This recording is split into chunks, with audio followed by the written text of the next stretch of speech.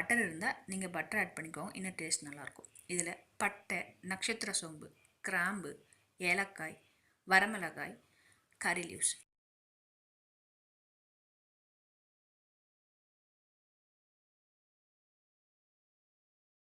சீரகம் 1 spoon add பண்ணிக்கோங்க.